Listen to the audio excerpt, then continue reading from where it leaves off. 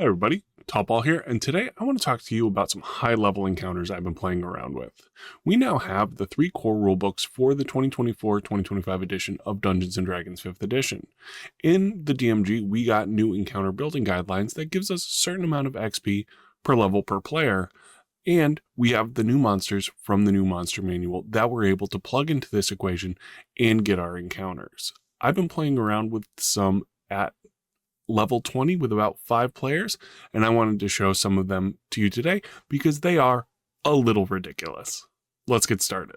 All right, let's take a look at the new encounter building guidelines. So right here you have the chart from the DMG, the level of your players, and basically the amount of XP you get per player for an easy, hard, or deadly encounter. So if I say have 5 players at my table at level 10, my bank that I'm allowed to spend for a low encounter would be about 8,000, all the way up to a high encounter or a deadly encounter. I would get about 15,500 to spend on building that encounter. So say if I wanted to add an adult bronze dragon, this would be considered a deadly encounter. I am overspending my XP for a mid-range encounter. We are into deadly with about 2,500 more to spend. So what we're going to talk about today is a table with 5 players of 20th level. This is a very high level encounter where we have 110,000 XP to spend, and these are really end of campaign style encounters that I've kind of built with this bank and using a lot of it. First up, we have the Pinnacle Ancient Red Dragon encounter. Here we've used all but 800 of our XP to build this encounter, and it is an ancient red dragon right off the top in its lair, spending a chunk of that, a 75,000 XP. Next up, we're throwing an adult red dragon in here, 2 young red dragons, and then 4 red dragon wyrmlings. This is a lot of hit points for one encounter. At the top of this encounter, the ancient red dragon at 507 hit points also is going to hit incredibly hard. Between its multi-attack, getting its 3 rend attacks, or using Scorching Ray by substituting one of those attacks, it's going to have its Fire Breath. In addition, it has Spellcasting, which is also true for the adult Red Dragon. We have Spellcasting, we still have a Fire Breath that's going to do a little bit less damage, and 3 rend attacks. Going down to the young Red Dragon, we lose the spellcasting abilities and we no longer have legendary actions. We still have a Fire Breath and we still have 3 rend attacks. So for the ancient, the adult, and the 2 youngs, we have a total of 12 rend attacks per round, plus Fire Breaths, plus spellcasting. That is not including legendary actions, with both the ancient and the adult Red Dragon getting 3 or 4 legendary actions depending on whose lair we are actually in. In my mind, we are in the Ancient Red Dragon's lair, therefore they would get the 4 legendary actions versus the adult, which would only get 3 legendary actions. In addition to these larger threats, you are also going to have 4 Red Dragon Wyrmlings flying around, causing problems for your players. Again, at level 20, these things are basically going to be speed bumps for your players, but they're a pretty hefty speed bump. 75 HP, AC is 17, they have a Fire Breath, 2 rend attacks. They're not just going to be a complete and total pushover. They might get one shot, but they're going to have to be dealt with by your players and can't be 100% ignored. Overall, I think this encounter is fantastic. It poses a lot of threats for your players. At level 20, they have a lot of tools that are available to them to mitigate some of this damage. And if they know they're going into this encounter, they might search out something like fire resist gear before going into it to kind of reduce the amount of damage, because in your opening volleys, you're going to have a lot of fire breaths kind of firing across the field. After that, they're going to have to roll to see if it recharges, but this is a deadly encounter and it feels deadly. It feels epic. Now, say you don't want a red dragon and you want to do something like a blue dragon encounter.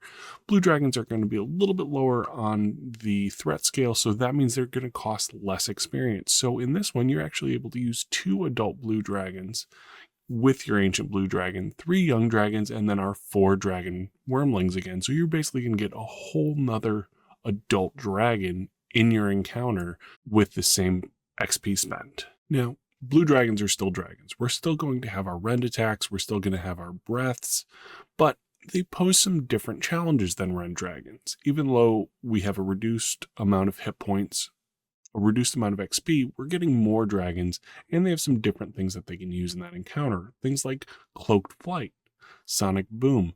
Instead of casting Scorching Ray, these dragons are going to be casting Shatter. So we're going to be dealing with lightning and thunder damage versus something like fire damage. Now, depending on what your players have picked up as far as resistance gear over the course of the campaign, one of these might be significantly more difficult than the other, because in the opening round, dealing with a bunch of lightning breaths and not having any lightning resistance is going to put a major hurt on your players in just the first volley of combat. As with the red dragons, we're going to have spellcasting on our ancient blue dragon and our adult blue dragon.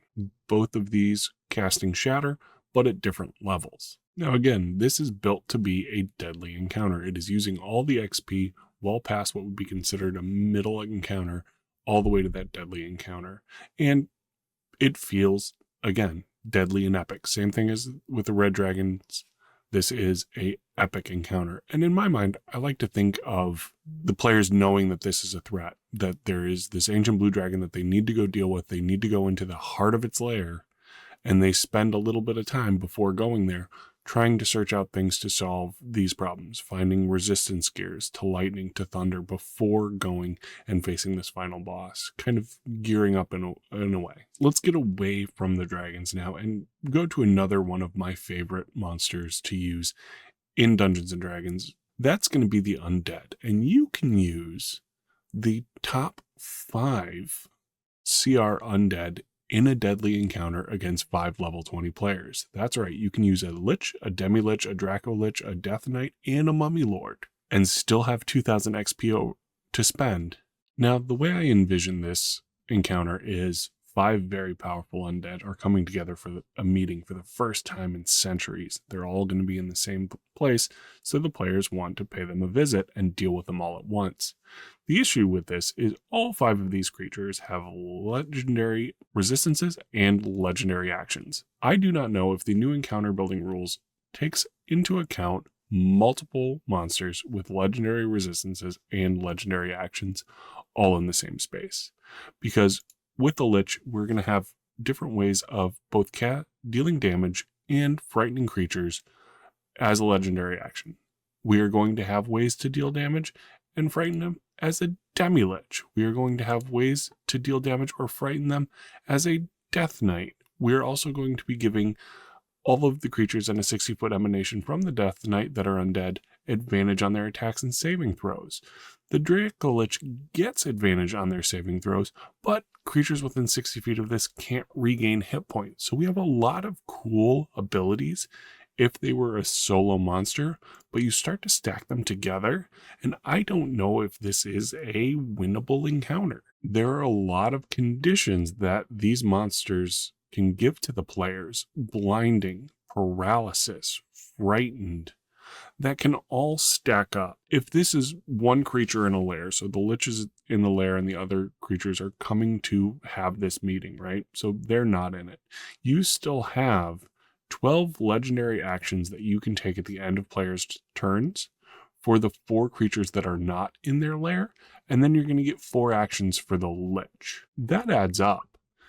That is a lot of action economy to use against players who normally have the advantage when it comes to action economy when facing monsters like this in Dungeons & Dragons, and especially in the 2014 version. In the 2014 version, a medium encounter was a CR20, so 1 CR20, so 1 Lich versus 4 level 20 players was considered a medium encounter. We are now taking a CR21, 18, 17, 17, and 15 and calling that a deadly encounter.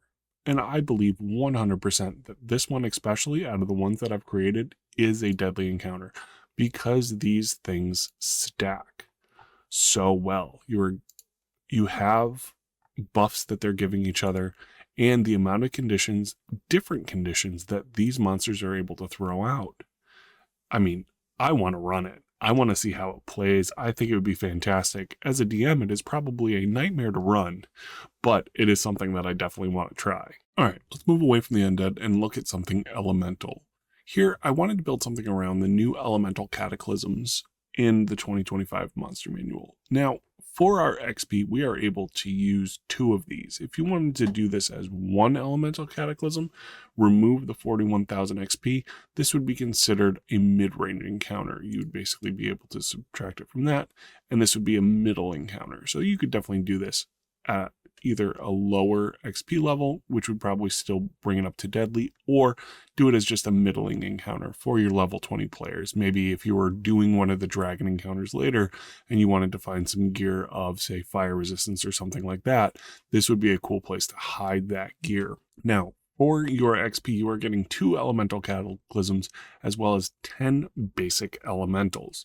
Now, for your elementals, you're basically getting a middle AC with about 100 hit points. I think it ranges from like 90 up to like 135 for the Earth Elemental. You get a multi-attack for 2 attacks, and then usually something thematic. The Air Elemental gets Whirlwind, Earth Elemental is going to get Rock Launch, Water Elemental is going to get Whelm, and then your Fire Elemental is going to get Burn. So you have different things that they're able to do, and they're also going to have immunities to their different schools of element. Now, the pinnacle of this encounter is obviously the new Elemental Cataclysm. AC of 20, 370 hit points each, so that means we are looking at a total of 740 hit points between the 2 of them for just that, in addition to the other 1,000-ish hit points in the Elementals. Now, the Elemental Cataclysm also has immunities to Acid, Cold, Fire, Lightning, Poison, and Thunder damage, so basically your elemental damage. It has legendary resistance, does double damage to structures, and it can burrow through non-magical unworked earth and stone. It gets 2 elemental burst attacks, which are going to be hitting on a plus 15, reach of 30 feet, range of 150 feet.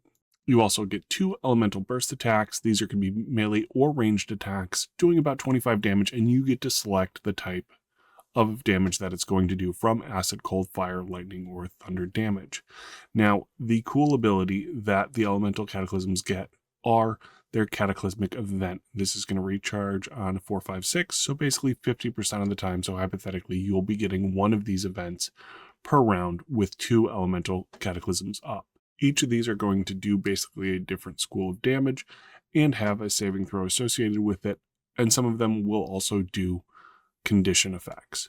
So, like with Clinging Flames, Dexterity saving throw 23, each creature in a 60-foot sphere centered on a point the Cataclysm can see within 150 feet. It's going to do a bunch of fire damage, and then the target starts burning. When we go over to something like Freezing Wave, again, we have a strength saving throw now in a 90-foot cone, a bunch of bludgeoning and then cold damage, and then the target has the prone condition. On top of that, the target's speed is reduced to 0 until the end of its next turn, so that can add for a very dynamic combat when all of a sudden your players can't move around the field freely and all of a sudden get, 4 or 5 of these other elementals kind of surrounding them, and they're not able to kind of engage with the elemental cataclysms and have to deal with these smaller elementals before facing them. Overall, I don't think this encounter is as deadly as something like the Undead encounter or the Dragon encounters, but I think it's very cool, and I can imagine just like that burned field with these elementals roaming across it and the players having to come here to stop this cataclysmic event from happening because there's a rip in the elemental planes, or they're coming here, like I said before, to find resistance gear to face off against the big bad at the end of the campaign, the dragons, etc. All right, let's take a trip under the sea. This one is an encounter I built around the Kraken. I wanted to do an underwater encounter. The issue that I ran into this is using underwater creatures for level 20 encounters. There are not a lot of great ones. So this is actually a Kraken, a dragon turtle, and then 3 giant squids. This is going to be a little bit an easier of an encounter, but I kind of wanted to give you an idea what it would look like if you went towards the lower end of that XP spend pool. Now, you could throw in a second dragon turtle, and then it would be 2 dragon turtles, a kraken, and then 3 giant squids, which would be much more towards the high end of that XP spend, but 2 dragon turtles, that's a lot of dragon turtles. But again, I wanted to take a look at something that was a little bit lower of a spend and see what that encounter looked like. First up, we have our focal point of the encounter. We have our Kraken. This is going to have 481 hit points with an AC of 18. We have 2 tentacle attacks, and then you can use Fling, Lightning Strike, or Swallow. Fling, I think, is very cool. The Kraken throws a large or smaller creature grappled by it into a space that it can see within 60 feet of itself that isn't in the air. This is going to be a dexterity saving throw, or you're going to take bludgeoning damage, and you're going to have the prone condition. Now, for your basic attacks with the Kraken, you're going to have tentacle attacks.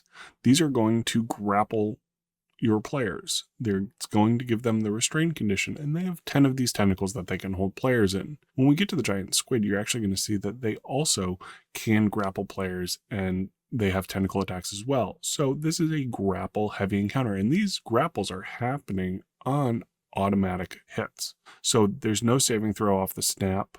They're going to have to make a DC save to get out of it, but they're just going to be grappled, which, again, grappled is not nothing. Your speed is 0. You have disadvantage on attack rolls other than against your grappler, and then the grappler can move the creature around where it wants. So it can throw it in front of, the next monster, the dragon turtle's breath. It can just move its tentacle into it and then just drop the creature, and then the dragon turtle can spray out its breath. So there are some very cool things you can do in this encounter to make it really dynamic and really control the battlefield as a DM and put your players on kind of their back foot. Dragon Turtle, 356 hit points, an AC of 20. Again, not a huge thing to overcome for level 20 players, but it's a good chunk of hit points. If you decide to add the second Dragon Turtle, that is over 700 hit points that they are going to need to chew through, and these guys are kind of these side guys to the Kraken. We're going to have 3 bite attacks, and we're able to replace one of those with a tail attack. We're going to be doing some fire damage, and being underwater does not grant resistance to that fire damage. With the tail attack, you can knock something prone, and then with the steam breath, obviously, like any good dragon, it's going to come out, do 56 fire damage, half damage on a success, and then being underwater does not grant resistance to this fire damage. The last thing we added in here, because I thought it was cool, were some giant squids. AC's not anything to write home about. It's 120 hit points. Again, these things are meant to be speed bumps for your players. They're going to be able to grapple. They're also going to have ink cloud, so when it takes damage, it's going to be able to release ink that fills a 15-foot cube centered on itself, and then the squid moves up to its swim speed. The cube is heavily obscured, so you're going to have these little blops of ink around the battlefield as they start to deal with these giant squids. That can cause some troubles for your players and make them have to kind of move around. Another fun thing that you can do is if you have the Kraken, you can take one of your tentacle attacks and move players into these ink clouds so that they can't see out of them. So they're not able to either cast spells, or they would have to attack at disadvantage because they can't see 2 feet in front of them. All right, let's go from under the sea to the 9 hells. So here we have a high level Fiend encounter. We have a Fiend Empyrean, 2 Pit Fiends, and then 2 Glabrezu. Let's start off by taking a look at this Empyrean. Now, the Empyrean has a celestial counterpart. This is the Fiend version of it. AC of 22, 346 hit points. Resistances to bludgeoning, piercing, and slashing damage. Immunities to necrotic and radiant damage. Going to get legendary resistance as well as legendary actions, and these weapons are cool. So you're going to have your Sacred Weapon and your Divine Ray. Normal melee attack roll hit, you're going to be doing 31 force damage, and the target has the stun condition until the start of the Empyrean's next turn. The target can choose not to be stunned, in which it takes an extra 21 force damage that bypasses resistance or immunity. I love that. You can be stunned, or you can have your turn. Your choice. But one of them is going to cause you an extra 21 force damage. In addition to that, you have this puppy, Divine Ray, plus 15 to hit, range of 600 feet, 35 necrotic or radiant damage, and that is the Empyrean's choice. In addition to that, you're going to get some spell casting, some basic stuff, Dispel Good and Evil, Commune, Water Breathing, Calm Emotions, Greater Restoration. Greater Restorations is actually a pretty fun one. If all of a sudden the players cause a condition on the Empyrean, they can use that instead of necessarily spending a legendary resistance to pass that save. And for legendary actions, we get Bolster.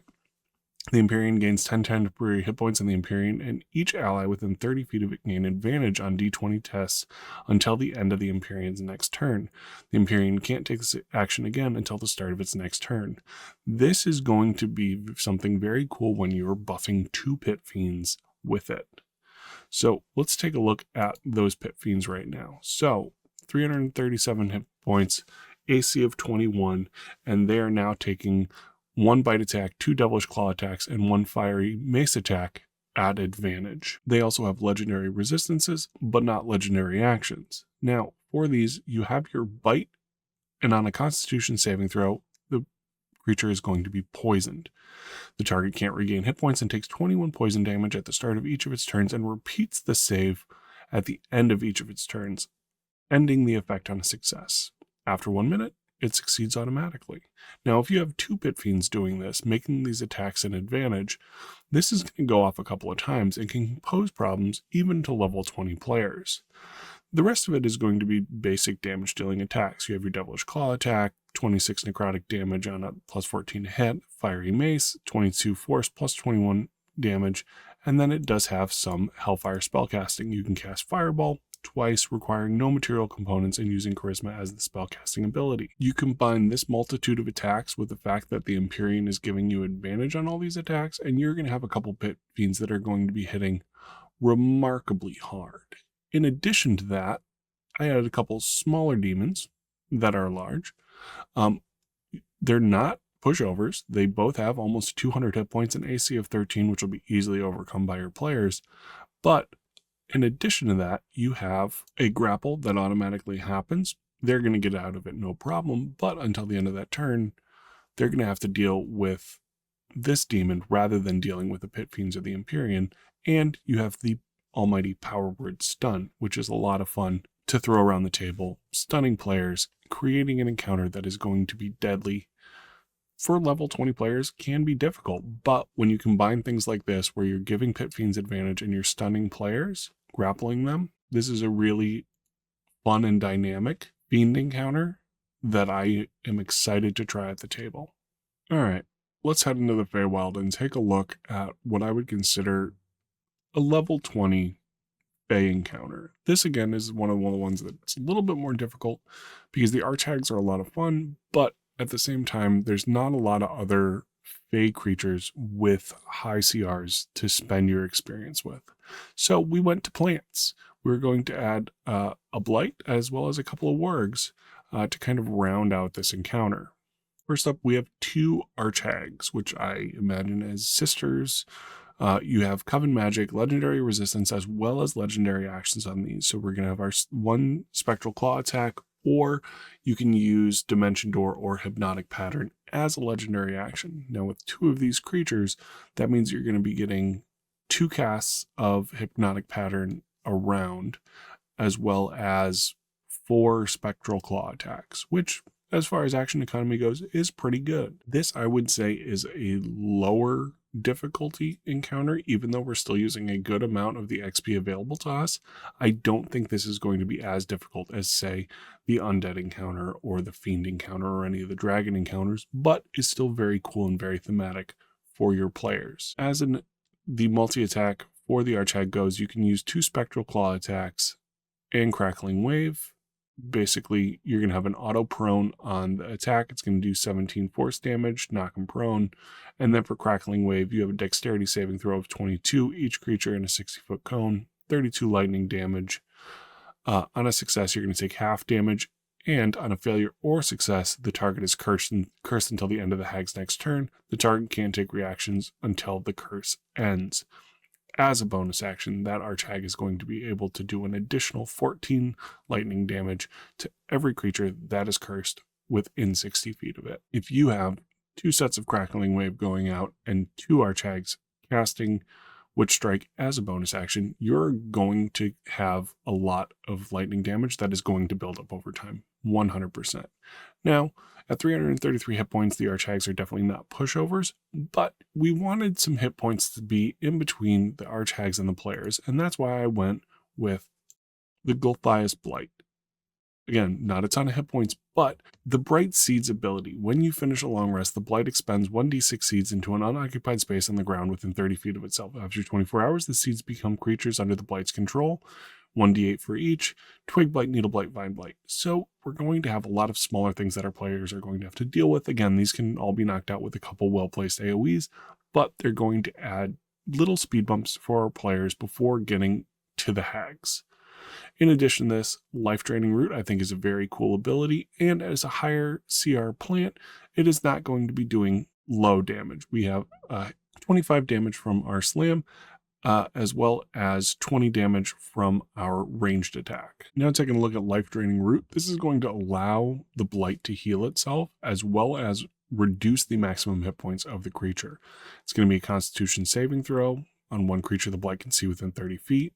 It's going to take 14 necrotic damage off the snap. It's going to have the grappled condition from one of the 6 roots. Until the grapple ends, the target is restrained and takes 14 necrotic damage at the start of each of its turns. The target's hit points maximum is decreased by amount equal to the necrotic damage taken, and the blight regains hit points equal to that amount. So if you get a couple of creatures wrapped in these roots, you're going to be pumping a good amount of hit points back into the blight. Again, this is not going to overcome the amount of damage that 5 level 20 players are going to do to it, but this, in addition to the Archhags sending out their lightning damage, are going to create a difficult encounter. In addition to this, I threw a couple of dire worgs in here. Again, hit points, things that the players are going to have to deal with, kind of slow them down a little bit. We have psychic damage, and then the frightened condition. Again, this is only on a DC 16 wisdom saving throw, which the player should have very little problem kind of dealing with, but on the odd chance that it does go off, it can be a fun thing to all of a sudden have the warg standing in between the archhags and the players not able to approach the wargs. So those are some of the encounters that I've built so far using the XP allotted for a deadly encounter for 5 level 20 players. I plan on testing most of these encounters at the table because I think they are all very cool in their own right. I think some of them are definitely more deadly than others, and I think things like the undead one, the guidelines for encounter building weren't really built for, but I'm interested to see how it plays at the table. Overall, I think the new encounter building rules definitely ups the difficulty if you're pushing your XP all the way up to the max it can be. Even mid-range encounters are much more difficult than the old mid-range encounters using the 2014 guide. So those are some of the encounters that I've built using 5 level 20 players as my guideline and building it out using the new encounter building tools available to us in the new DMG. Now, this is a large difference than what we could build using the guidelines in 2014. There were multipliers that you needed to apply to the CR of creatures if you were using multiple monsters. This allowed you to have much fewer monsters at the table. These encounters, like the elemental one, have 12 different targets on the field at any given time. The dragon encounters have multiple dragons that the players need to engage with in order to overcome the encounter. I'm interested to see how this plays out at the table. I plan on running all of these encounters as one-shots for my players. I have a good pool of players who enjoy playing at both high levels, medium levels, and low levels. And I'm excited to bring these encounters to them to see how they actually play out at the table. I think some of these encounters are significantly easier than other ones. I think the undead one is going to be one that I'm very interested to see how it works because there are so many good overlapping abilities. And on paper, it just looks very difficult, even though it is only 5 creatures that the players are dealing with versus something like the elemental encounter that has 12. Overall, my experience with the new encounter building rules, even at lower levels, has been very good. I've been pushing deadly encounters on my players and they've been dealing with them quite easily. As I continue my experimentations with the 2024-2025 guidelines for encounter building and the new monsters, I'm going to keep making videos regarding the encounters that I'm building, as well as how they play at the table. And I think that is an important thing. I created a deadly encounter for 5 level 4 players. That was a couple of chulls and then some piercers, and the players handled it magnificently. And I'm going to build a little battle report and kind of present that to you guys to see what kind of encounters I'm throwing at players, even at lower levels. I want to thank you all for joining me today. We'll see you next time.